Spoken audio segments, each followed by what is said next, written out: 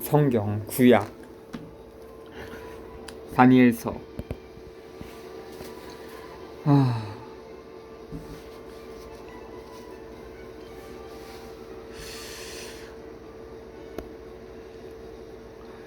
6장 1. 그리고 메디아 사람 다리우스가 그 나라를 이어받았다. 그의 나이 62살이었다. 6장 2절부터 29절. 이 본문은 사제들의 타협적인 정신을 비판한다. 사제들은 그리스의 지배를 받던 마카베오 시대에 예루살렘에서 권력 다툼을 벌이고 있었다. 저자는 다스리는 자리를 차지할 권리는 자기네 믿음을 증거하고 백성의 해방을 위하여 싸우는 사람들에게 있다고 말한다. 다니엘이 모함을 받다.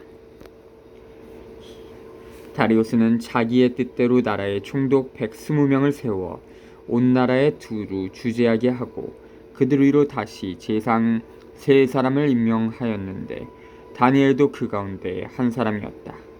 임금에게 손실을 끼치는 일이 없도록 총독들은 이 제상들에게 업무를 보고하게 되어 있었다. 다니엘은 빼어난 정신을 지니어 다른 제상들이나 총독들보다 뛰어났다. 그래서 임금은 다니엘을 온 나라 위에 세우려고 생각하였다. 그러자 다른 제상들과 총독들은 다니엘에게서 나라와 관련된 죄과를 찾아내려고 했었다. 그러나 그들은 어떠한 죄과나 과실도 찾아낼 수가 없었다. 다니엘이 충실한 사람이어서 아무런 태만이나 과실이 없었기 때문이다. 그래서 그들은 서로 저 다니엘이 믿는 하나님의 법과 관련하여 무엇을 찾아내기 전에는 그에게서 아무런 죄과도 찾아내지 못할 것이다 하고 말하였다. 그리하여 그 제상들과 총독들은 임금에게 몰려가서 이렇게 말하였다. 다리우스 임금님 만수무강하기를 빕니다. 나라의 모든 제상 그리고 대수들과 총독들과 자문관들과 지방관들은 임금님께서 법령을 세우시고 금령을 엄하게 만드셔야 한다고 의견을 모았습니다. 임금님, 앞으로 30날 동안 임금님 말고 다른 어떤 신이나 사람에게 기도를 올리는 자는 누구든지 사자굴에 던져야 한다는 것입니다. 이제 임금님, 금령을 세우시고 그 문서에 서명하시어 처리할 수 없는 메디아와 페르시아의 법에 따라 그것을 바꾸지 못하게 하십시오. 그리하여 다리우스 임금은 그 금령 문서에 서명하였다. 전편에서 그 선왕의 약간 그 폭군이었는데 다니엘이 꿈 해석을 잘하는 것 때문에 총애를 했었죠. 근데 이제 이번 편에서는 다리우스라고 그 왕이 바뀐 겁니다. 다니엘이 사자굴에서 살아나오다. 다니엘은 임금이 그 문서에 서명하였다는 것을 알고 자기 집으로 갔다. 그의 집 옥상방 창문은 예루살렘 쪽으로 나 있었다. 그는 이전에도 늘 그러하였듯이 하루에 3번 무릎을 꿇고 자기 하나님께 기도하고 감사를 드렸다. 그때 그 사람들이 몰려와서 다니엘이 그의 하나님께 기도와 간청을 올리는 것을 발견하였다. 그래서 그들은 임금에게 다가가서 금령과 관련하여 말하였다. 임금님, 앞으로 30날 동안 임금님 말고 다른 어떤 신이나 사람에게 기도를 올리는 사람은 누구든지 사자굴에 던진다는 금령에 서명하지 않으셨습니까? 임금이 그것은 처리할 수 없는 메디아와 페르시아의 법에 따라 확실하오 하고 대답하자 그들이 다시 임금에게 말하였다. 임금님, 유다에서 온 유배자들 가운데 하나인 다니엘이 임금님께 경의를 표하지도 않고 임금님께서 서명하신 금령에도 경의를 표하지 않은 채 하루에 3번씩 기도를 올리고 있습니다. 임금은 이 말을 듣고 몹시 괴로웠다. 그는 다니엘을 살려내기로 결심하고 해가 질 때까지 그를 구하려고 노력하였다. 그러자 그 사람들이 임금에게 몰려가서 말하였다. 임금님이 임금이 세운 금령과 법령은 무엇이든 바꿀 수 없다는 것이 메디아와 페르시아의 법임을 알아두시기 바랍니다. 그리하여 임금이 분부를 내리자 사람들이 다니엘을 끌고 가서 사자굴에 던졌다. 그때에 임금이 다니엘에게 네가 성실히 섬기는 너의 하나님께서 너를 구해내시기를 빈다 하고 말하였다. 사람들이 돌 하나를 굴려다가 굴러기를 막아놓자 임금은 자기의 인장 반지와 대신들의 인장 반지로 그것을 봉인한 다음 다니엘에게 내린 어떠한 조치도 바꾸지 못하게 하였다. 그러고 나서 임금은 궁궐로 돌아가 단식을 하며 밤을 지샜다. 여자들도 자기 앞으로 들이지 못하게 하였다. 그는 뜬 눈으로 밤을 새웠다. 새벽에 날이 밝자마자 임금은 일어나 서둘러 사자굴로 갔다. 다니엘이 있는 굴에 가까이 이르러 그는 슬픈 목소리로 다니엘에게 외쳤다. 살아계신 하나님의 종 다니엘아, 네가 성실히 섬기는 너의 하나님께서 너를 사자들에게서 구해내실 수 있었느냐? 그러자 다니엘이 임금에게 대답하였다. 임금님, 만수무강하시기를 빕니다. 저의 하나님께서 천사를 보내시어 사자들의 입을 막으셨으므로 사자들이 저를 해치지 못하였습니다. 제가 그분 앞에서 무죄하다는 사실이 드러났기 때문입니다. 그리고 임금님, 저는 임금님께도 잘못을 저지르지 않았습니다. 임금은 몹시 기뻐하며 다니엘을 굴에서 끌어올리라고 분부하니 사람들이 그를 굴에서 끌어올렸다.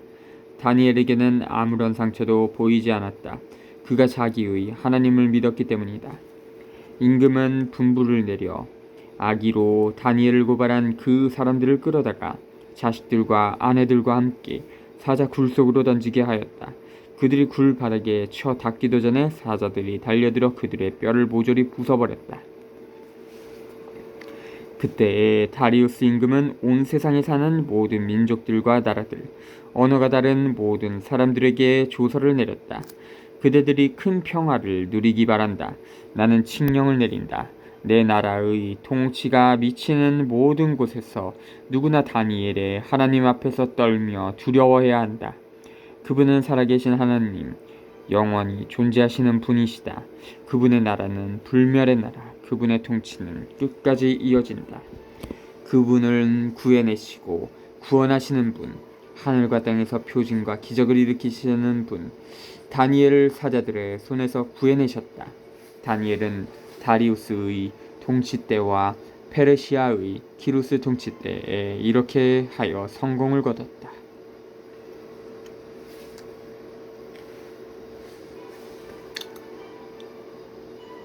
다니엘이 4마리 짐승의 환시를 보다. 7. 바빌론 임금 벨사차르 제1년 다니엘은 침상에 누워있을 때 꿈과 머릿속에 떠오르는 환시를 봤다. 그는 그 꿈을 적어두었는데 이야기는 이렇게 시작된다. 다니엘이 말하였다. 내가 밤의 환시 속에서 앞을 보고 있었는데 하늘에서 불어오는 내 바람이 큰 바다를 휘젓다. 그러자 서로 모양이 다른 거대한 짐승 4마리가 바다에서 올라왔다. 첫 번째 것은 사자 같은데 독수리의 날개를 달고 있었다. 내가 보고 있는데 마침내 그것은 날개가 뽑히더니 땅에서 들어올려져 사람처럼 2발로 일으켜 세워진 다음 그것에게 사람의 마음이 주어졌다. 그리고 다른 2번째 짐승은 곰처럼 생겼다. 한쪽으로만 일으켜져 있던 이 짐승은 입속 이빨 사이에 갈비 3개를 물고 있었는데 그것에서 누군가 이렇게 말하였다. 일어나 고기를 많이 먹어라. 그 뒤에 내가 다시 보니 표범처럼 생긴 또 다른 짐승이 나왔다. 그 짐승은 등에 새의 날개가 4개 달려있고 머리도 4개였는데 그것에게 통치권이 주어졌다. 그 뒤에 내가 계속 밤의 환시 속에서 앞을 보고 있었는데 끔찍하고 무시무시하고 아주 튼튼한 4번째 짐승이 나왔다. 커다란 쇠 이빨을 가진 그 짐승은 먹이를 먹고 으스러뜨리며 남은 것은 발로 짓밟았다. 그것은 또 앞의 모든 짐승과 다르게 생겼으며 뿔은 10개나 달고 있었다. 내가 그 뿔들을 살펴보고 있는데 그것들 사이에서 또 다른 자그마한 뿔이 올라왔다. 그리고 먼저 나온 뿔 가운데에서 3개가 그것 앞에서 뽑혀 나갔다. 그 자그마한 뿔은 사람의 눈 같은 눈을 가지고 있었고 입도 있어서 거만하게 떠들어대고 있었다. 7장 2절부터 8절. 이 본문은 상징적이다. 바다는 인간들의 역사를 상징하고 4마리 짐승은 주전 7세기에서 주전 2세기까지 중동을 지배하던 4제국을 상징한다. 첫 번째 짐승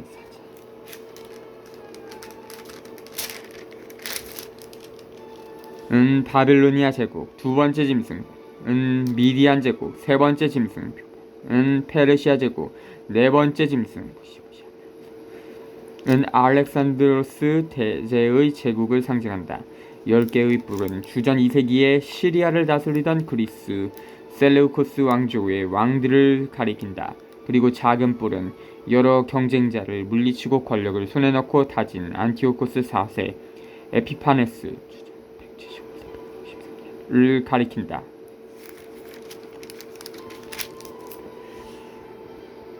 연로하신 분과 사람의 아들에 관한 환시를 보다.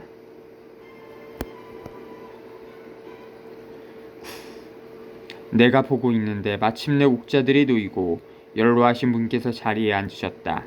그분의 옷은 눈처럼 희고 머리카락은 깨끗한 양털 같았다. 그분의 옥자는 불꽃 같고 옥자의 바퀴들은 타오르는 불 같았다. 불길이 강물처럼 뿜어나왔다. 그분 앞에서 터져나왔다. 그분을 시중드는 이가 100만이요 그분을 모시고 선 이가 억만이었다. 법정이 열리고 책들이 펴졌다. 그 뒤에 그 뿔이 떠들어대는 거만한 말소리 때문에 나는 그쪽을 봤다. 내가 보고 있는데 마침내 그 짐승이 살해되고 몸은 부서져 타는 불에 던져졌다. 그리고 나머지 짐승들은 통치권을 빼앗겼으나 생명은 얼마 동안 연장되었다. 내가 이렇게 밤의 환시 속에서 앞을 보고 있는데 사람의 아들 같은 이가 하늘의 구름을 타고 나타나 연로하신 분께 가자 그분 앞으로 인도되었다. 그에게 통치권과 영광과 나라가 주어져 모든 민족들과 나라들, 언어가 다른 모든 사람들이 그를 섬기게 되었다. 그의 통치는 영원한 통치로서 사라지지 않고 그의 나라는 멸망하지 않는다.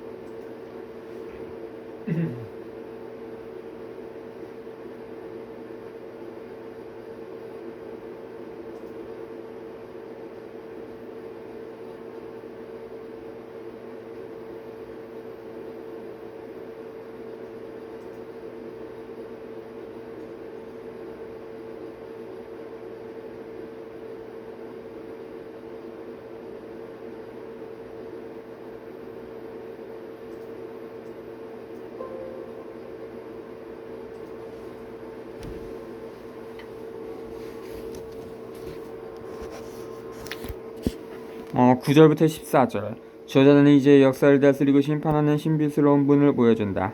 이 원로는 하나님 자신이시다. 하나님께서는 역사 속에서 당신의 활동을 중개하는 천사들에게 둘러싸여 계신다. 모든 인간의 행적이 기록되어 있는 책들은 열려 있다. 이제 심판이 시작된다. 알렉산드로스 제국, 특히 안티오코스의 제국을 상징하는 네 번째 짐승이 심판을 받는다. 신비스러운 사람의 아들은 하느님 또는 영원히 이어질 하나님의 나라를 받아들이는 충실한 백성을 가리킨다. 신약 성경은 예수님을 사람의 아들로 본다. 예수님께서는 하늘에서 오는 신비스러운 사람의 아들로서 하나님의 나라를 세우신다. 천사가 환시의 뜻을 풀이해주다. 나 다니엘은 정신이 산란해졌다. 머릿속에 떠오른 그 환시들이 나를 놀라게 하였다. 그래서 나는 그곳에 서 있는 이들 가운데 하나에게 다가가서 이 모든 일에 관한 진실을 물었다. 그러자 그가 그 뜻을 나에게 알려주겠다고 말하였다. 그 거대한 네 마리 짐승은 이 세상에 일어날 내 임금이다. 그러나 지극히 높으신 분의 거룩한 백성이 그 나라를 이어받아 영원 무궁히 차지할 것이다. 날은 다른 모든 짐승과 달리 몹시 끔찍하게 생겼고 새 이빨과 청동 발톱을 가졌으며 먹이를 먹고 으스러뜨리며 남은 것을 발로 짓밟는 네 번째 짐승에 관한 진실을 하고 싶었다. 그리고 그 짐승의 머리에 있던 10개의 뿔과 나중에 올라온 또 다른 뿔에 관한 진실도 알고 싶었다. 그 다른 뿔 앞에서 뿔 3개가 떨어져 나갔다. 그리고 그 다른 뿔은 눈을 가지고 있었고 입도 있어서 거만하게 떠들어대고 있었으며 다른 것들보다 더 커 보였다. 내가 보니 그 뿔은 거룩한 백성과 전쟁을 벌여 그들을 압도하고 있었다. 마침내 연로하신 분께서 오셨다. 그리하여 지극히 높으신 분의 거룩한 백성에게 권리가 되돌려졌다. 이 거룩한 백성이 나라를 차지할 때가 된 것이다. 그 천사가 이렇게 말하였다. 네 번째 짐승은 이 세상에 생겨날 네 번째 나라이다. 그 어느 나라와도 다른 이 나라는 온 세상을 집어삼키고 짓밟으며 으스러뜨리리라. 뿔 10개는 이 나라에서 일어날 임금이다. 그들 다음으로 또 다른 임금이 일어날 터인데 앞의 임금들과 다른 이 임금은 그 가운데에서 새 임금을 쓰러뜨리리라. 그는 가장 높으신 분을 거슬러 떠들어대고 지극히 높으신 분의 거룩한 백성을 괴롭히며 축제일과 법마저 바꾸려고 하리라. 그들은 1년, 2년, 반년 동안 그의 손에 넘겨지리라. 그러나 법정이 열리고 그는 통치권을 빼앗겨 완전히 패망하고 멸망한다. 나라와 통치권과 온 나라 사람들의 위력이 지극히 높으신 분의 거룩한 백성에게 주어지리라. 그들의 나라는 영원한 나라가 되고 모든 통치자가 그들을 섬기고 복종하리라. 이야기는 여기에서 끝난다. 나 다니엘은 떠오르는 생각들로 몹시 놀라 얼굴빛마저 달라졌지만 이 일을 마음에 간직하였다. 8장 15절부터 28절. 이 본문의 핵심은 하나님의 백성이 역사 속에서 억압을 쌓는 제국들과 벌여야 할 투쟁이다. 이 투쟁에서 승리는 하나님 또는 영원히 다스릴 하나님의 나라를 받아들일 충실한 백성의 것이 될 것이다. 19에서 27절은 네 번째 짐승, 특히 안티오코스 4세를 상징하는 작은 뿔에 관심을 집중시킨다. 안티오코스 4세는 자기 통치 기간 동안 하나님 자리를 차지하려고 하고 유다인의 관습과 달력을 바꾸고 안식일 및 유다교 휴일들을 금하고 모세의 율법에 충실한 유다인들을 박해했다. 8장 1절부터 27절. 저자는 다시 한번 안티오코스 4세에 대하여 언급한다. 이제 그의 종말을 예고한다. 알렉산드로스 대제 수심소가 죽자 그의 제국은 네 갈래로 갈라져 서로 싸웠다. 그 가운데 과감한 왕은 안티오코스 4세였다. 안티오코스 4세는 예루살렘을 점령하고서 성전의 제사를 금하고 거기에 그리스 신 가운데 하나인 주피터의 제단을 놓아둘 것이다. 이 환시의 목적은 공동체의 정신과 마음을 자극하여 끝까지 맞서도록 하는 데 있다.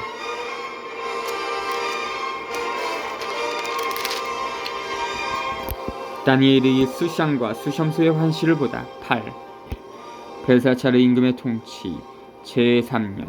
나 다니엘은 처음 본 것에 이어서 또 다른 환시를 보게 되었다. 나는 환시 속에서 앞을 보고 있었다. 그렇게 보고 있는데 내가 알람 지방의 수사성에 있는 것이었다.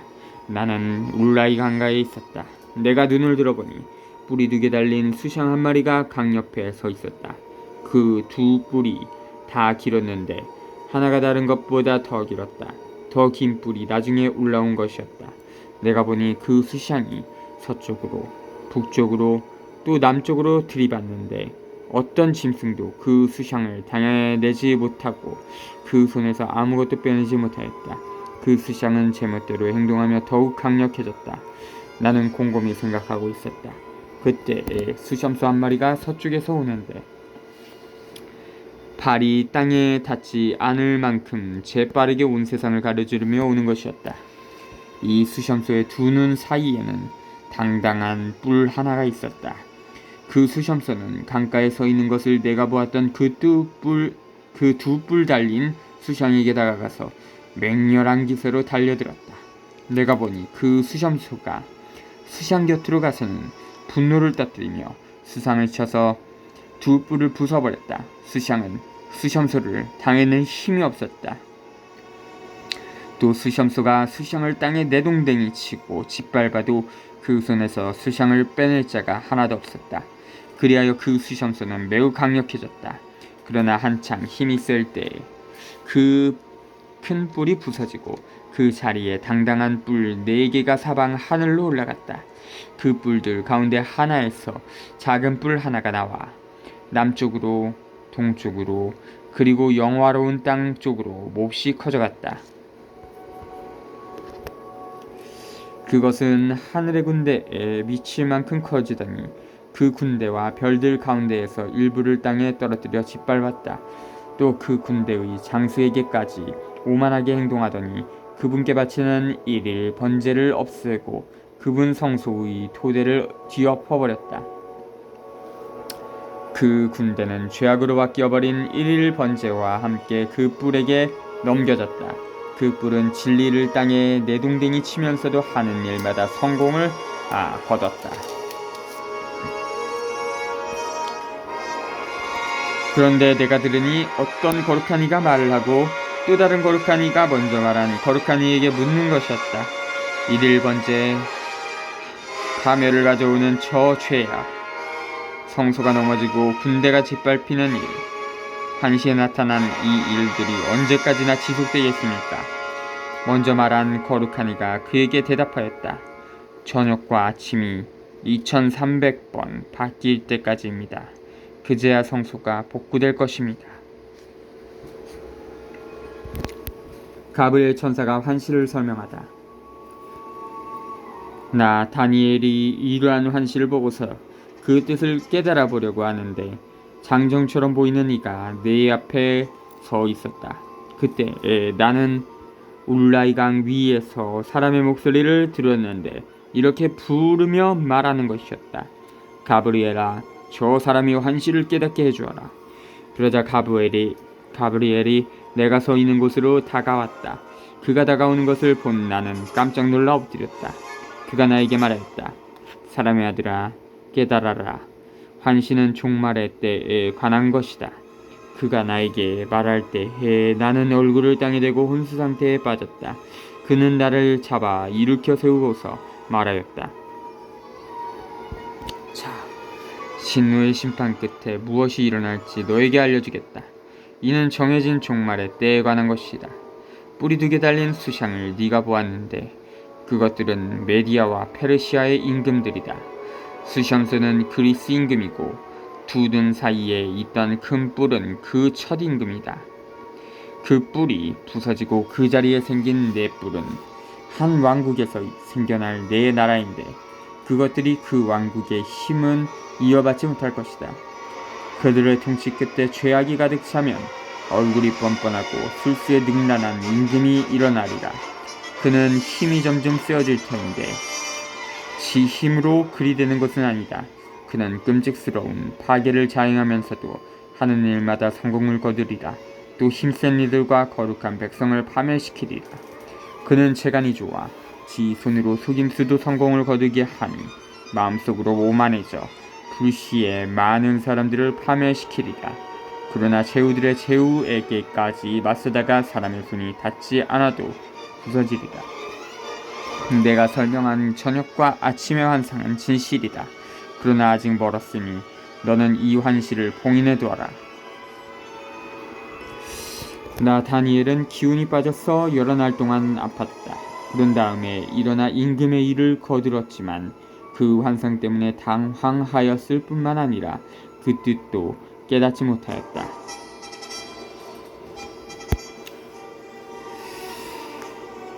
9장 1절부터 27절 70주간에 대한 예언은 가장 추측하기 힘든 본문 가운데 하나다. 그렇지만 저자는 메시아의 오심 또는 세계의 종말에 대한 관심을 보여주고 있지 않다. 오히려 그와 반대로 안티오코스 4세에게 박해를 받고 있는 유다인의 믿음을 받쳐주고 맞서 싸울 용기를 북돋아주려고 한다.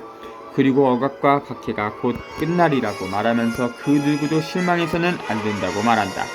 24에서 27절은 박해받는 유다인으로 하여금 현재 일어나고 있는 사건들을 확인하도록 도와주려는 자세한 내용이다. 즉 주전 170년에 올바른 유일한 대사제 오니아 3세가 암살당했다. 그 다음에 안티오쿠스 4세가 예루살렘을 침공하고 성전 사제들의 동의를 얻어 성전의 주피터 신상을 놓아두었다.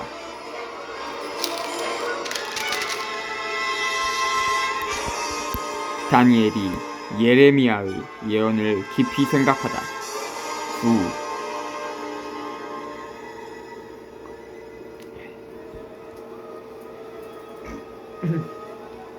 메디아족 출신으로 칼데아 나라 임금이 된 크셀크세스의 아들 다리우스 제1년이었다.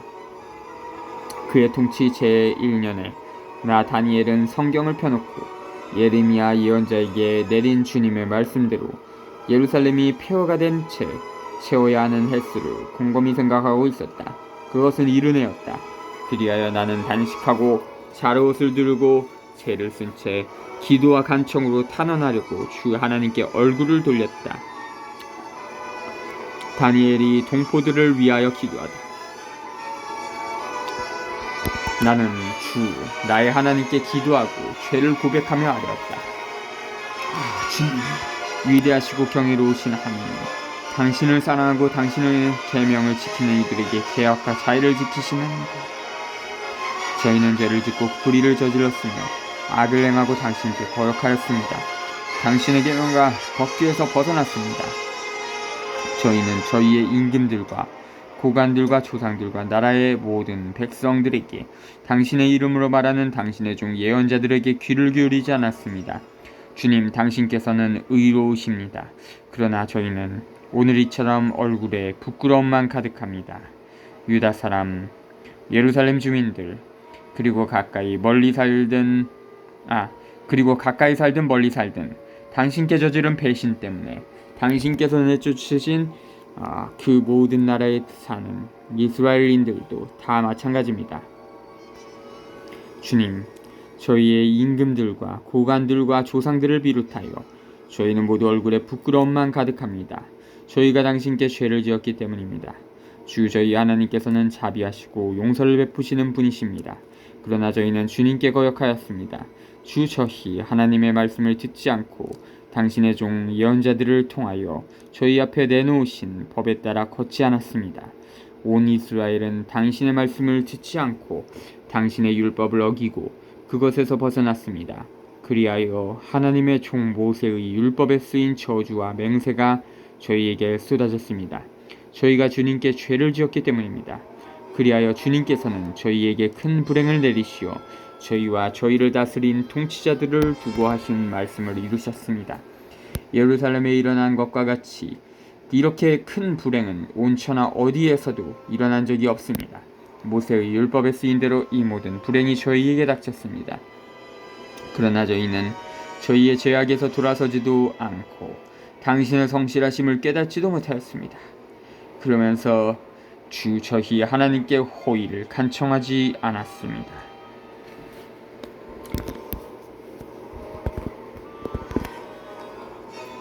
주님께서는 그 불행을 간수하셨다가 저희에게 내리셨습니다. 정녕 주 저희 하나님께서는 하시는 일마다 의로우십니다. 그런데 저희는 주님의 말씀을 듣지 않았습니다.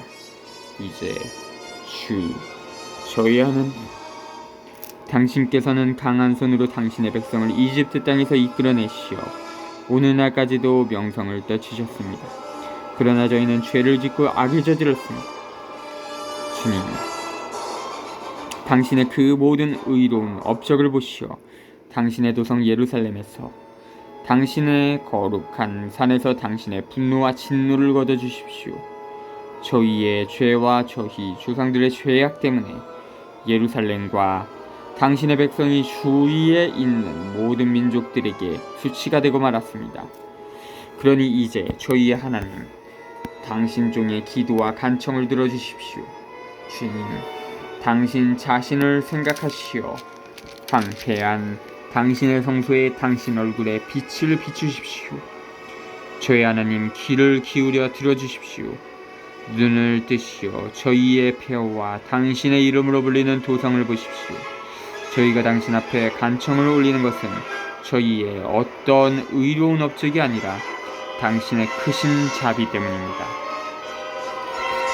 주님, 들어주십시오. 주님, 용서해 주십시오. 주님, 귀 여겨드리시고 행동해 주십시오. 지체하지 마십시오. 저희 하나님, 당신 자신을 생각하시어 그리하여 주십시오. 당신의 도성과 당신의 백성이 당신의 이름으로 불리기 때문입니다. 가브리엘이 예언의 뜻을 설명하다. 내가 이렇게 말하면서 기도하고 나의 죄와 내 백성 이스라엘의 죄를 고백하며 내 하나님의 거룩한 산을 위하여 주 나의 하나님 앞에 간청을 올리고 있었다. 내가 이렇게 기도하며 아뢰고 있는데 시나무 환시에서 본 가브리엘이라는 이가 전원 예물을 바칠 때에 재빨리 날아서 나에게 다가왔다. 그렇게 와서 나에게 말하였다. 다니엘아, 내가 너를 깨닫게 해주려고 이렇게 왔다. 내가 너를 깨닫게 해주려고 이렇게 나왔다. 네가 한청하기 시작할 때에 이미 말씀이 내렸는데 그것을 일러주려고 내가 왔다. 네가 총애를 받는 사람이기 때문이다. 그러니 이 말씀에 주의를 기울여서 환상의 뜻을 깨닫도록 하여라. 너의 백성과 너의 거룩한 도성에 정해진 이른 주간이 지나야 악행이 그치고 죄가 끝나며 속죄가 이루어지리라. 또한 영원한 정의가 펼쳐지고 환시와 예언이 확증되며 가장 거룩한 곳에 기름이 부어지리라. 그러니 너는 이것을 알고 이해해야 한다. 예루살렘을 복구하고 재건하라는 말씀이 내릴 때까지 기름 부음 받은 영도자가 나올 때까지 7주간이 흐르리라. 또 62주간이 흐르는 동안 예루살렘이 복구되고 재건되어 광장과 외호까지 갖추겠지만 그 기간은 어려운 때가 되리라. 이렇게 62주간이 흐른 다음 기름 부음 받은 이가 잘려나간 그에게 아무것도 남지 않으리라. 그리고 도성과 성소는 앞으로 일어날 군주의 군도가 허물어버리리라. 그 종말은 홍수처럼 들이닥치리라. 전쟁이 끝날 때까지 황폐하게 남도록 결정되었다. 그 군주는 한 주간 동안 많은 이와 강력한 동맹을 맺고 반주간 동안은 희생제물과 곡식제물을 바치지 못하게 하리라. 성전 날개에는 황폐를 부르는 혐오스러운 것이 세워져 황폐하게 만드는 그 자에게 이미 결정된 멸망이 쏟아질 때까지 서 있으리라. 다니엘이 티그리스 강가에서 환시를 보다. 10장 1절부터 11장 1절. 이 환시는 가브리엘 천사의 발현을 묘사한다.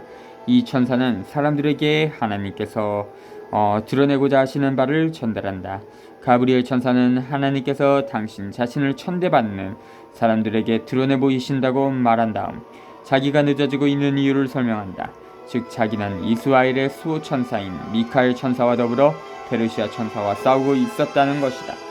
옛날 사람들에게 각 백성은 선한 천사 또는 악한 천사의 보호를 받고 있었다. 나라들이 전쟁을 하면 그 수호 천사들도 전쟁을 한다고 봤다. 10. 페르시아 임금 키루스 제3년에 벨트사차르라는 이름으로 불리는 다니엘에게 말씀이 계시되었다. 그 말씀은 진실이며 큰 싸움에 관한 것이었다. 그는 그 말씀을 깨달았다. 환상 중에 깨달음을 얻은 것이다. 그때 나 다니엘은 3주 동안 고행을 하고 있었다. 나는 3주간을 다 채울 때까지 맛있는 음식을 먹지 않고 고기와 술을 입에 대지 않았으며 향유를 바르지도 않았다. 첫째 달 29 날에 나는 큰 강 곧 티그리스 강가에 있었다. 그때 내가 눈을 들어보니 아마포 옷을 입고 허리에는 우파죽음으로 만든 띠를 두른 사람 하나가 서 있었다. 그의 몸은 녹주석 같고 얼굴은 번개의 모습 같았으며 눈은 횃불을 갖고 팔과 다리는 광을 낸 청동 같았으며 그가 말하는 소리는 군중의 아우성 같았다. 나 다니엘만 그 환상을 보았다. 나와 함께 있던 다른 사람들은 그 환상을 보지는 못하고 다만 커다란 공포가 그들을 덮치는 바람에 달아나서 몸을 숨겼다. 나 혼자 남아서 그 큰 환상을 봤다. 나는 힘이 빠지고 얼굴은 사색이 됐다.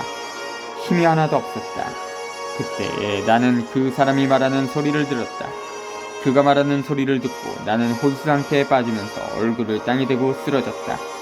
그러자 어떤 손이 나를 흔들어 무릎과 손으로 날 일어나게 하였다. 그리고 나서 그가 나에게 말하였다. 총애를 받는 사람 다니엘아, 내가 너에게 하는 말에 주의를 기울여라. 일어서라. 나는 파견되어 너에게 온 것이다. 그가 나에게 이 말을 할 때에 나는 떨면서 일어섰다. 그가 다시 나에게 말하였다. 다니엘아, 두려워하지 마라. 네가 깨달음을 얻고 너의 하나님 앞에서 극기하기로 결심한 첫날부터 하나님께서는 너의 말을 들으셨다. 너의 그 말 때문에 내가 이렇게 운 것이다. 그런데 페르시아 나라의 제후 천사가 20하루 동안 내 앞을 가로막았다. 그래서 일품 제후 천사들 가운데 하나인 밀카엘이 나를 도우러 오자 나는 그를 그곳 페르시아 임금들 곁에 남겨뒀다. 그리고 나는 뒷날 네 백성에게 일어날 일을 네가 깨닫게 해주려고 왔다. 이 환신은 그때에 관련된 것이다. 그가 이러한 말을 나에게 할 때 나는 아무 말도 하지 못한 채 얼굴을 땅에 대고 있었다. 그때 사람 형상을 하니가 내 입술에 손을 대었다. 그래서 나는 입을 열고 내 앞에 서 있는 이에게 말하였다. 나리, 환상 때문에 고통이 들이닥쳐 저는 힘이 하나도 없습니다. 나리의 이 종이 어떻게 나리와 이야기할 수 있겠습니까? 이제 저는 힘이 하나도 남아있지 않고 숨조차 쉴 수가 없습니다. 사람 모습을 하니가 다시 나에게 손을 대며 힘을 북돋아 주었다. 그가 이렇게 말하였다. 총애받는 사람아, 두려워하지 마라. 너에게 평화가 있기를. 힘을 내라, 힘을 내라. 그가 이러한 말을 할 때에 나에게 힘이 솟았다. 그래서 내가 말하였다. 나리께서 저에게 힘을 주셨으니 이제 말씀하시기 바랍니다. 그러자 그가 말하였다. 너는 내가 왜 너에게 왔는지 아느냐? 나는 이제 돌아가서 페르시아의 제후 천사와 싸워야 한다. 내가 그 일을 마치면 그리스의 제후 천사가 올 것이다.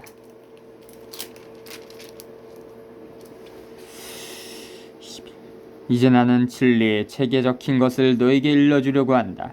너희의 제후 천사 미카엘 말고는 나를 도와 그들을 대적할 리가 없다. 10일 나는 이미 메디아 사람 다리우스 제1년에 미카엘에게 힘을 북돋아 주고 그를 뒷받침해 주려고 나선 적이 있다.